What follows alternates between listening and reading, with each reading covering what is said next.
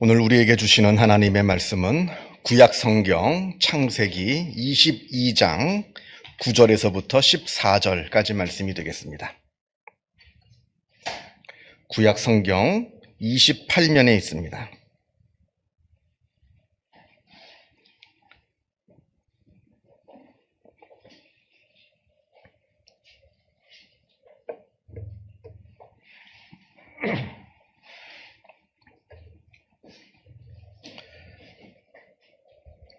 창세기 22장 9절에서부터 14절까지 말씀을 봉독합니다. 이 계시의 말씀을 들으실 때에 봉독할 때에 살아계신 하나님의 음성을 다 함께 들으실 수 있기를 바랍니다. 하나님이 그에게 일러주신 곳에 이른지라 이에 아브라함이 그곳에 제단을 쌓고 나무를 버려놓고 그의 아들 이삭을 결박하여 제단 나무 위에 놓고 그 손을 내밀어 칼을 잡고 그 아들을 잡으려 하니 여호와의 사자가 하늘에서부터 그를 불러 이르시되 아브라함아 아브라함아 하시는지라 아브라함이 이르되 내가 여기 있나이다 하매 사자가 이르시되 그 아이에게 내 손을 대지 말라 그에게 아무 일도 하지 말라 내가 내 아들 내 독자까지도 내게 아끼지 아니하였으니 내가 이제야 내가 하나님을 경외하는 줄을 아노라. 아브라함이 눈을 들어 살펴본즉 한 순양이 뒤에 있는데 뿔이 수풀에 걸려 있는지라 아브라함이 가서 그 순양을 가져다가 아들을 대신하여 번제로 드렸더라. 아브라함이 그 땅 이름을 여호와 이레라 하였으므로 오늘까지 사람들이 이르기를 여호와의 산에서 준비되리라 하더라. 아멘. 우리가 아브라함을 믿음의 조상이라 부릅니다. 믿음의 조상, 참으로 영광스러운 이름이 아닐 수가 없습니다. 우리가 아브라함을 믿음의 조상이라 부르게 되는 이유는 물론 여러 이유가 있겠습니다만 그 중에 특별히 두 가지 사건이 있었다 봅니다. 먼저는 창세기 12장에 나오는 이야기. 하나님께서 아브라함에게 내 고향 아버지의 집을 떠나 내가 너에게 지시할 땅으로 가라 하셨을 때 아브라함은 자기가 어디로 가는 줄도 모르는 채 그저 하나님만 믿고 그 말씀에 순종하였습니다. 이것이 바로 첫 번째 사건이고요. 그리고 두 번째 사건은 오늘 본문의 이야기입니다. 하나님께서 아브라함이 100세 때 그 어렵사리 낳은 그래서 눈에 넣어도 아프지 않을 그 귀한 외아들 이삭을 제물로 바치라 하셨을 때 아브라함이 그 말씀에 순종하였다는 겁니다. 이렇게 아브라함이 우리에게 믿음의 본을 보여주었기에 우리는 아브라함을 믿음의 조상이라 이렇게 부릅니다. 자, 그런데 우리가 오늘 본문의 이야기를 집중해서 곱씹어서 읽게 되면 아주 이상한 점들을 여러 발견하게 됩니다. 오늘 본문의 내용이 워낙 길어서 우리가 다 읽지는 못했는데요. 오늘 본문의 이야기를 우리가 정확하게 알기 위해서는 1절부터 보아야 합니다. 1절을 보면 1절에 하나님께서 아브라함을 시험하시려고 부르셨다 이렇게 되어 있고요. 2절에는 그 시험의 내용이 나옵니다. 하나님께서 아브라함에게 사랑하는 외아들 이삭을 제물로 바쳐라 이렇게 명령하십니다. 사실 이삭은 하나님께서 아브라함에게 직접 주신 약속의 선물입니다. 아브라함이 먼저 하나님한테 아들 주세요 아들 주세요 조르고 졸라가지고 하나님께서 어쩔 수 없이 억지로 주신 아들이 아닙니다. 아브라함은 가만히 있는데 하나님께서 먼저 내가 너한테 아들을 주겠노라 이렇게 약속해 하셔서 주신 아들입니다. 자, 그런데 주실 때는 언제고? 이제 와서 그 아들을 돌려달라는 겁니까? 여러분, 사람 목숨은 물건이 아닙니다. 함부로 돌려주고 함부로 돌려받을 수 있는 게 아닙니다. 그런데도 불구하고 하나님께서 먼저 주신 그 외아들 이삭을 나에게 돌려달라 이렇게 말씀을 하십니다. 자, 그뿐만이 아닙니다. 오늘 본문을 계속해서 보게 되면 이상한 점들이 계속해서 나옵니다. 하나님께서 사람을 잡아서 제물로 바치라 합니다. 이건 이방 종교에서나 있는 일이지 하나님께는 있을 수도 없는 일입니다. 왜냐하면 사람을 죽여서 제사를 드리는 것, 이거 하나님께서 아주 경멸하시는, 아주 싫어하시는 악한 풍습이기에 그럽니다. 그래서 하나님은 하나님께 제사를 드릴 때는 절대로 사람을 잡아서 죽여서 제사를 드리지 말라 엄격하게 하나님께서 명령을 내리신 겁니다. 그리고 하나님께 제사를 드릴 때 바칠 수 있는 제물은 이것 정해놓으셔서 이것 가지고만 하나님께 제사를 드리지 절대로 사람을 죽여서 그것으로 하나님께 제사를 드려서는 안 된다. 이건 이방 종교에서나 있는 끔찍한 일이다. 하나님께서 엄격하게 금지를 시켜놓으셨습니다. 그런데 오늘 보면 하나님께서 사람을 잡아서 하나님께 제사를 드리라 이렇게 말씀하십니다. 오늘 본문의 이야기를 우리가 쭉 읽어보면 이상한 내용들로 아주 가득합니다. 그런데도 이 아브라함은 별다른 대꾸 없이 그 말씀을 듣자마자 그 다음날 아침 일찍 아들을 번제로 드리기 위해서 먼 길을 떠납니다. 그리고 사흘길을 걸어서 하나님께서 지시하신 그 산에 도착하여서 제사를 드릴 제단을 쌓고 이제 아들 이삭을 결박하여서 제단 위에 올려놓습니다. 나이 100살이라고 하는 고령의 어렵사리 얻은 아들입니다. 물론 세상의 모든 자녀가 다 소중하고 사랑스럽습니다만 그러나 아브라함에게 있어서 이 외아들 이삭은 너무나 특별한 애정이 담긴 사랑할 수밖에 없는 그런 특별한 아들입니다. 그런 사랑하는 아들을 이제 내가 내 손으로 죽여야 합니다. 아브라함이 칼을 집어들어서 이제 아들을 막 내려치려고 하는 그 순간에 하나님께서 다급하게 아브라함을 부르십니다. 아브라함아, 아브라함아, 그 아이에게 내 손을 대지 말라. 그에게 아무 일도 하지 말라. 네가 내 아들 독자라도 내게 아끼지 아니하였으니 내가 나를 얼마나 사랑하는 줄을 이제야 알겠노라. 여러분, 꼭 이렇게 사람을 시험해 보아야만, 그렇게 해야만 그 사람의 마음을 알 수 있는 겁니까? 우리 같은 평범한 사람들도 누가 나를 사랑하는지 누가 나를 미워하는지 척 보면 다 압니다. 우리 같은 평범한 사람들도 그냥 압니다. 그런데 전지전능하신 하나님, 우리의 마음을 감찰하시는 하나님께서 꼭 아브라함에게 이 곤경에 처하게 한 후에야, 이 어려운 시험에 빠지게 한 후에야, 그 다음에야 그 마음을 내가 알겠노라 하시는 것은 이것도 아주 이상한 일 중에 하나입니다. 자, 이처럼 오늘 본문 안에는 하나님에 대한 이상한 이야기들로 가득 채워져 있습니다. 이 이상한 이야기. 그런데 제가 보기에는 이 이상한 이야기를 누구보다도 가장 잘 정확하게 해석한 사람이 있는데 그 사람이 바로 사도 바울이었다 저는 생각합니다. 신약성경 로마서 8장 31절과 32절에서 사도 바울은 이렇게 하나님을 찬양합니다. 그런즉 이 일에 대하여 우리가 무슨 말하리요? 만일 하나님이 우리를 위하시면 누가 우리를 대적하리요? 자기 아들을 아끼지 아니하시고 우리 모든 사람을 위하여 내어주시니가 어찌 그 아들과 함께 모든 것을 우리에게 은사로 주시지 아니하시겠느냐? 어디서 많이 듣던 얘기 아닙니까? 자기 아들을 아끼지 아니하시고 우리 모든 사람을 위하여 내어주신 하나님, 그리고 자기 아들을 아끼지 아니하고 하나님께 내어 바친 아브라함.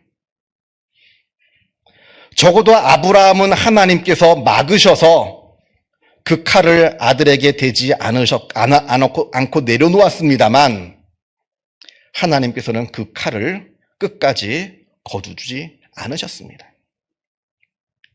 오늘 본문 창세기 22장 12절 말씀, 내가 내 아들 내 독자라도 나에게 아끼지 아니하였으니 내가 이제야 네가 나를 사랑하는 줄을 아노라. 이 말씀은 물론 하나님께서 아브라함을 칭찬해 주시기 위해서 주신 말씀입니다만 바울은 이 칭찬이야말로 하나님께서 받으셔야 되는 찬양이라 생각을 했습니다. 하나님께서 당신의 독생자 예수 그리스도를 우리에게 아끼지 아니하셨으니 이제야 내가 하나님께서 나를 얼마나 사랑하시는지 알겠습니다. 여러분, 오늘 본문 아브라함이 아들 이삭을 내어 바친 이 수수께끼와 같은 이 사건은 하나님께서 독생자 예수 그리스도를 우리에게 내어주신 그 십자가의 사건을 미리 보여주는 상징적인 사건입니다. 이걸 깨닫게 되면 오늘 본문 안에 나오는, 오늘 본문 안에서 발견되는 그 이상한 수수께끼들이 다 해결이 됩니다. 이걸 깨닫지 못하고 오늘 본문을 보게 되면 오늘 본문은 이상한 이야기들로 가득 차는, 이해할 수 없는 이야기가 되는 겁니다. 오늘 본문 13절을 보게 되면 하나님께서 이삭 대신에 제물로 바칠 순양 한 마리를 미리 예비해 놓으셨다, 이렇게 되어 있고요. 그래서 아브라함은 이삭 대신에 그 예비된 양을 잡아서 하나님께 제사를 드립니다. 그런 후에 그 제사를 다 드린 그 장소, 그렇게 제사를 드린 그 장소를 여호와 이레, 여호와께서 예비하셨다, 이렇게 아브라함이 이름을 짓습니다. 여러분, 여호와 이레, 여호와께서 예비하셨다, 이 말을 들을 때마다 여러분은 무슨 생각을 하십니까? 하나님께서는 우리가 필요한 것들, 내가 쓸 것들, 예를 들면 돈이라든지 건강이라든지 지식이라든지 아니면 인맥이라든지 아무튼 내가 살면서 필요한 것들을 다 미리 예비해 놓으신다. 물론 틀린 말씀은 아닙니다만, 그러나 여호와 이레라고 하는 이 말에는 훨씬 더 크고 놀라운 의미가 담겨져 있습니다. 단지 하나님은 우리의 필요를 채워주신다, 우리의 쓸모를 채워주신다 하는 그런 소유적인 개념을 뛰어넘어서 우리를 자녀 삼기 위해서, 우리를 하나님의 자녀로 받아들이기 위해서 독생자 예수 그리스도를 내어주신 그 놀라우신 하나님의 사랑의 이야기가 그 안에 담겨 있다는 겁니다. 제가 여러분께 한 가지 묻겠습니다. 여러분은 예수를 왜 믿으십니까? 여러분은 예수를 지금 왜 믿는 거냐, 지금 묻는 겁니다. 아마 다 각자 다 대답이 다 다를 겁니다. 제가 보니까 뭐 전부 다 그런 건 아니지만 제가 대충 이렇게 쭉 이제 뭐 여기 우리 교회뿐만 아니라 모든 이제 성도들을, 다른 성도들을 쭉 둘러보면 보통 처음에 예수를 믿기 시작하는 분들을 보면 뭐 전부 다는 아닙니다만 보통 보면 특별히 자기가 원하고 바라는 것이 있어서 그것을 성취하고자 예수를 믿는다라고 말하는 분들이 제법 많더라고요. 예를 들면 내가 병에 들었는데 병을 고치기 위해서, 아니면 사업이 어려워졌는데 사업 성공을 위해서, 아니면 자녀 입시를 위해서, 뭐 등등. 저는 개인적으로 아들을 낳기 위해서 예수를 믿는 분도 봤습니다. 아주 옛날 분이죠. 처음 예수를 왜 믿기 시작됐냐 그러면 내가 아들을 낳아야 되는데, 옛날에는 아들 낳는 게 중요했으니까요. 아들을 낳아야 되는데 아들을 낳게 하기 위해서, 아들을 낳기 위해서 내가 예수를 믿게 되었습니다. 처음 믿게 된 게 그렇게 되었습니다 라고 이야기하는 분도 제가 보았습니다. 아무튼 자기가 바라는 것을 이루기 위해서 예수를 믿는 분도 계십니다. 그러나 이건 초보적인 믿음이죠. 그러다가 믿음이 조금 자라나고 조금 성숙해지면 예수를 믿는 목적이 이렇게 바뀝니다.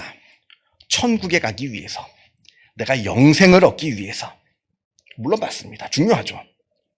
그러나 우리의 믿음이 여기에 머물러 있어도 안 되는 겁니다. 더 자라나고 더 성숙해져야 됩니다. 자, 그렇다면 더 성숙한 믿음이란 무엇이냐? 바로 하나님의 자녀가 되기 위해서 나는 예수를 믿는다, 이렇게 말할 수가 있어야 되는 겁니다. 아니, 영생을 얻고 천국에 가는 것하고 하나님의 자녀가 되는 거, 그거 같은 거 아닌가요? 아닙니다. 비슷한 것 같지만 정확하게 보게 되면 아주 큰 차이가 있는 겁니다. 천국과 영생이라고 하는 것은 우리가 하나님의 자녀가 될 때 그 결과로 우리에게 주어지는 것이고요. 천국과 영생을 얻는 것보다 더 중요한 것은, 그리고 더 먼저 되어야 되는 것은 우리가 하나님의 자녀가 되는 겁니다. 그러니까 하나님의 자녀가 되는 것이 더 먼저이고 더 우선입니다. 천국과 영생은 그 결과로 우리에게 따라오는 겁니다. 미국의 정신분석학자이자 철학가인 에리히 프롬이 소유냐 존재냐, 아주 유명한 책을 썼습니다.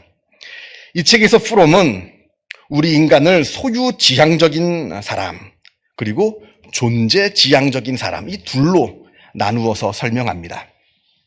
소유지향적인 사람은 그야말로 인생의 목적과 의미가 소유에 있습니다.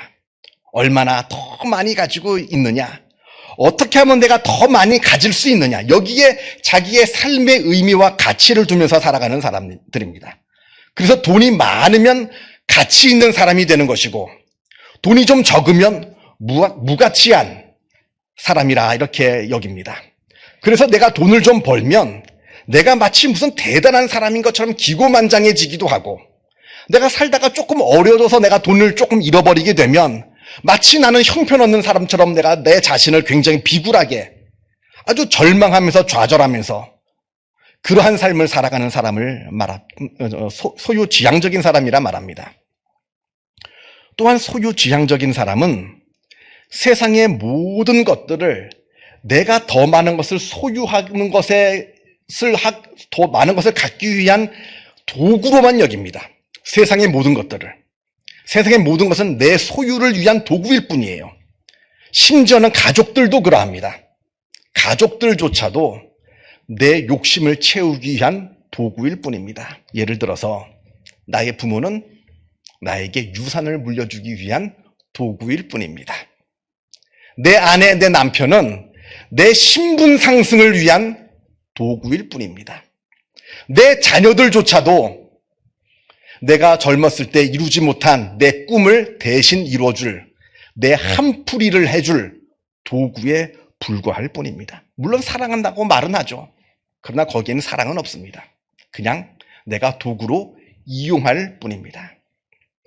자, 반대로 존재지향적인 사람은 소유가 인생의 목적과 의미가 아닙니다. 물론 소유가 중요합니다만 그것보다 더 중요한 것은 바로 존재임을 깨달아 알고 있는 사람들입니다. 그래서 내가 설령 많이 가지고 있다 하더라도 이분은 절대 남들 앞에서 함부로 교만을 떨지 않습니다.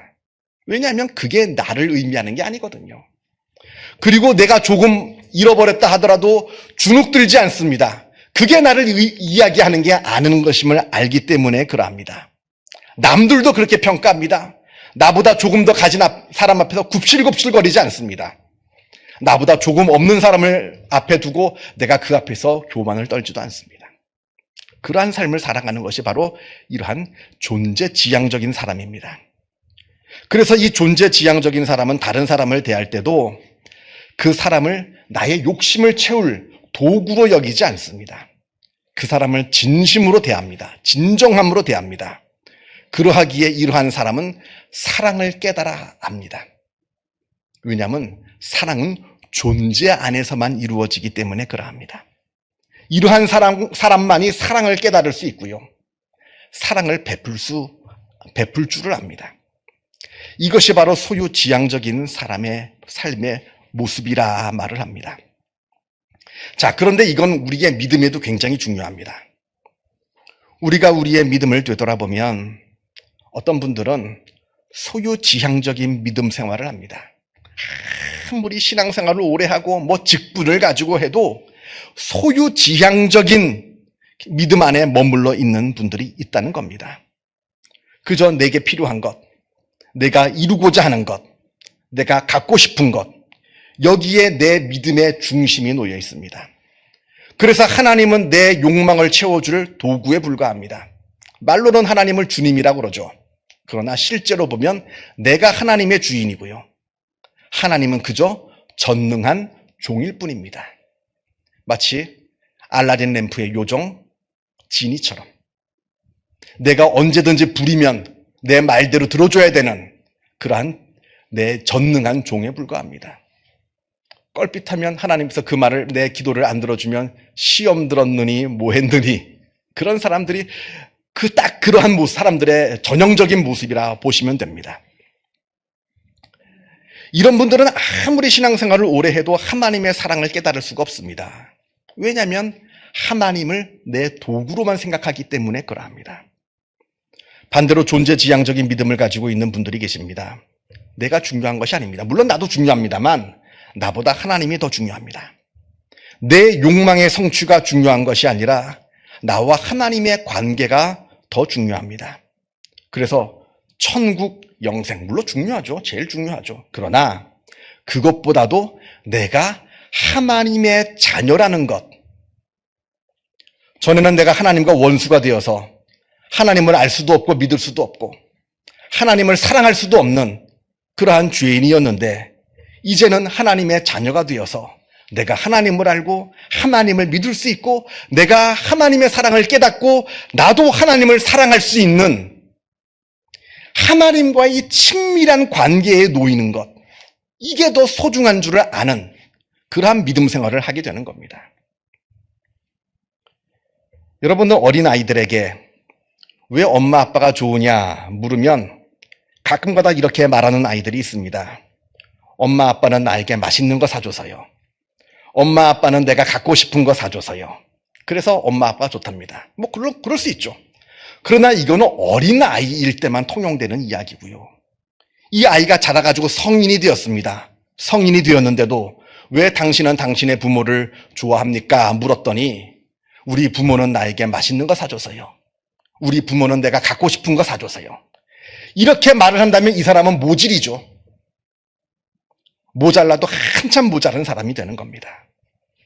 자, 그런데 우리의 믿음은 어떠하냐? 우리가 되돌아봐야 되는 겁니다. 물론 부모에게 받는 것이 좋죠. 그러나 부모가 더 좋아야죠. 부모가 주신 선물이 귀하죠. 그러나 그 선물을 주신 부모가 더 귀해야죠. 선물을 줬더니 선물 받고는 고맙다는 말 하나 없이 그냥 지방에 쌩 들어가가지고 그거 선물 가지고 노느라 부모하고 더 관계가 멀어지고 더 사이가 멀어지고, 이건 뭐가 잘못돼도 한참 잘못된 겁니다. 그건 정상이 아닌 겁니다. 우리의 믿음도 이와 동일해야 되는 겁니다. 내 믿음이 어떠한가? 많은 사람들이 여호와 이래 이 말씀 속에 숨어있는 하나님의 놀라우신 사랑을 깨닫지 못합니다. 그저 하나님께서 내 쓸모를 채워주시는 분이시다, 여기에만 머물러 있습니다. 그런데 이건 비단 여호와 이래뿐만 그런 것이 아닙니다. 우리가 성경을 읽을 때, 그리고 모든 삶을 살 때 우리가 나 중심의 신앙생활, 소유 중심의 신앙생활에 머물러 있다면 우리는 하나님의 그 놀라우신, 아주 놀라우신 그 하나님의 사랑을 깨달을 수가 없습니다. 여기서 벗어나서 뛰어넘어서 나보다 하나님을 더 사랑할 때 소유지향적인 믿음이 아니라 하나님의 관계, 그 관계지향적인, 존재지향적인 믿음으로 우리가 성장할 때 우리는 하나님의 놀라우신 사랑을 경험하게 되는 겁니다. 이거는 어떻게 말로 설명할 수가 없는 놀라운 은혜입니다. 이 놀라운 은혜가 이 자리에 있는 여러분들 삶 속에, 여러분들 신앙생활 가운데 가득하기를 주님의 이름으로 축원합니다. 기도하겠습니다. 사랑과 은혜가 충만하신 하나님 아버지, 하나님께서 주인된 우리를 하나님의 자녀 삼아 주심에 그 놀라우신 은혜에 감사를 드립니다. 우리가 이 은혜가 참된 은혜임을 깨달아 알게 하여 주옵소서.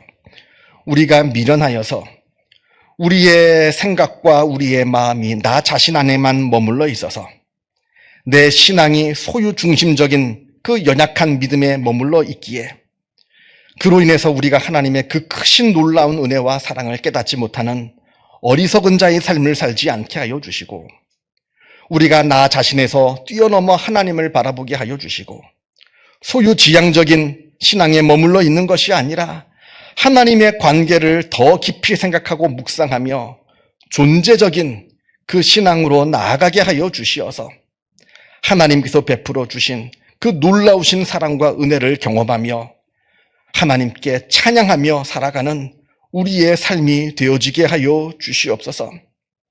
우리의 믿음이 너무나 연약합니다.